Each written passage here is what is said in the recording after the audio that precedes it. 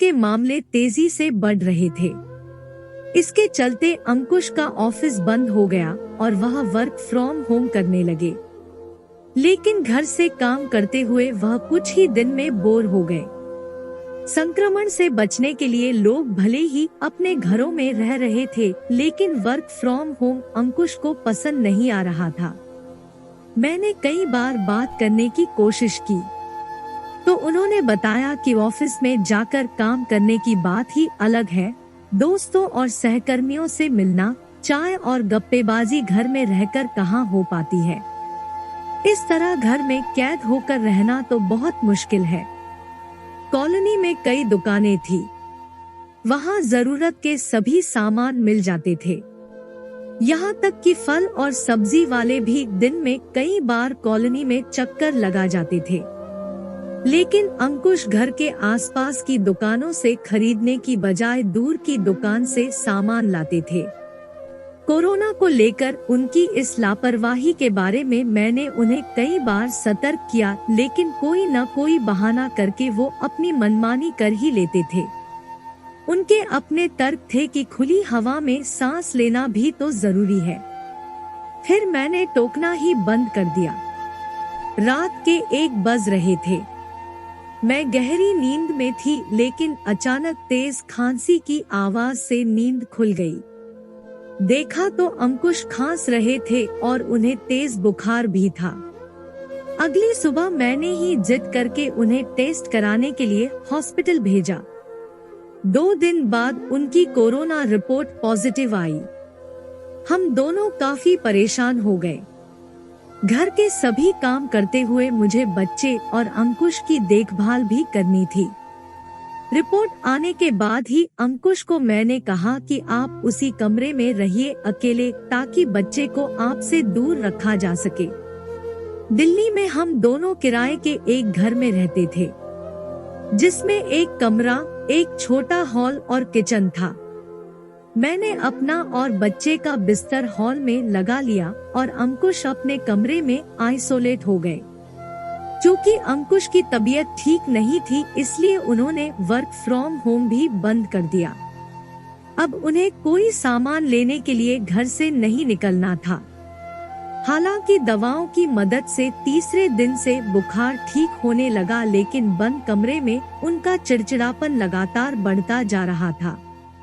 अंकुश का बिस्तर और कमरा जरूर अलग था, लेकिन वो अक्सर हॉल में आकर थोड़ी दूर से बच्चे को पुचकारा करते। मास्क लगाने के लिए कई बार तो मुझे टोकना पड़ता था। कोरोना प्रोटोकॉल के नियम उन्हें पता तो थे, लेकिन लापरवाही अब भी थी। ना चाहते हुए भी वो मुझे टच कर लेते या न्यूज देखने के लिए हॉल में आ जाते। टोकने पर कहते, इतनी ही तो जगह है, एक कमरे में बंद होकर मर जाऊंगा मैं, घर में न टहलूं तो कहाँ जाऊं। बात भी सही थी, लेकिन उनकी इस लापरवाही से मुझे बहुत डर लगता था। रात हो चुकी थी, अंकुश अपने कमरे में सो रहे थे और मैं हॉल में बच्चे को सुलाने के बाद मोबाइल में कुछ वीडियो देख रही थी।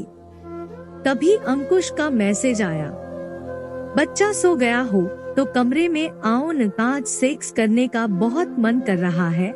मैसेज पढ़कर तो मुझे गुस्सा आया, लेकिन फिर मैंने उन्हें प्यार से समझाया कि आप पहले पूरी तरह ठीक हो जाइए, फिर सब कुछ नॉर्मल हो जाएगा, हमारी लाइफ पहले की तरह हो जाएगी। अंकुश ने गुस्से में कोई जवाब नहीं दिया।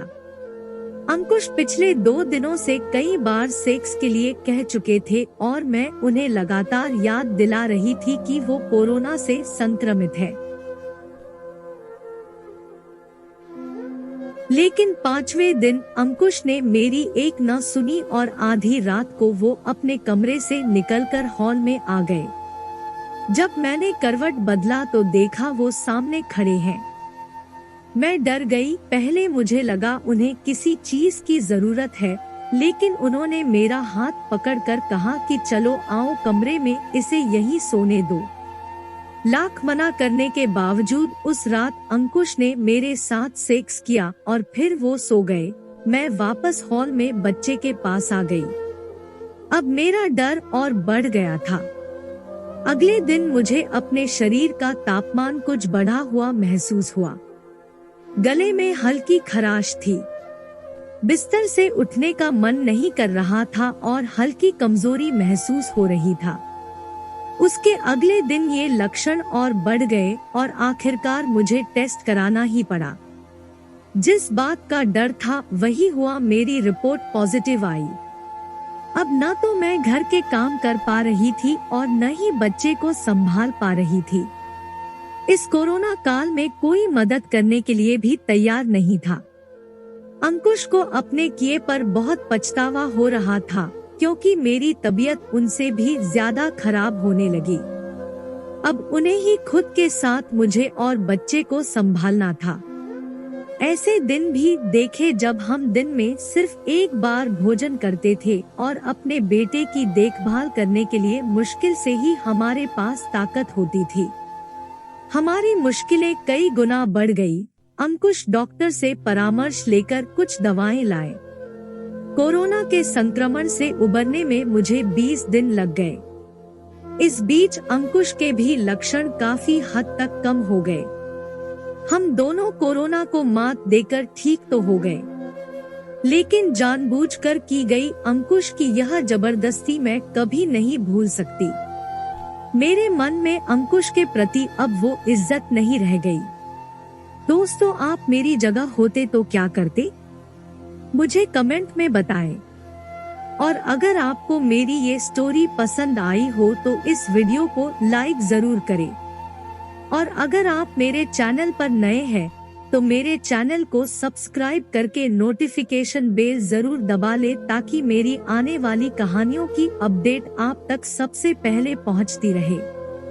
मेरी वीडियो को देखने के लिए धन्यवाद।